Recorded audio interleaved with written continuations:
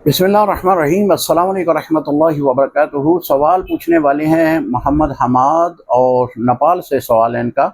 कहते हैं कि मर्दों को जूड़ा यानी बालों में जूड़ा बांधना या फिर मिडियाँ बनाना शरई तौर पर इसका क्या हुक्म है?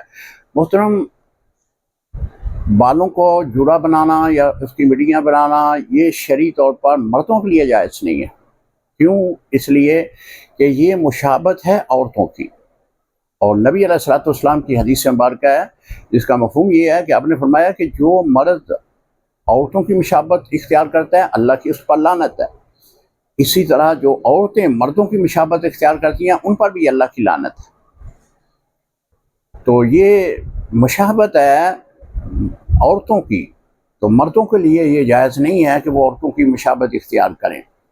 अगर किसी ने इस तरह जूड़ा बना लिया, नमाज पढ़ी, नमाज मकरूह तहरीमी है, यानी उस नमाज को लौटाया जाएगा। कई लोगों को देखा है जिन्होंने बाल रखे हुए हैं, वो अपने बालों को औरतों की मुशाबत में ले आते हैं। औरतों की मुशाबत इख्तियार करना शरई तौर पर जायज़ नहीं है। अस्सलामु अलैकुम रहमतुल्लाहि व बरकातुहू।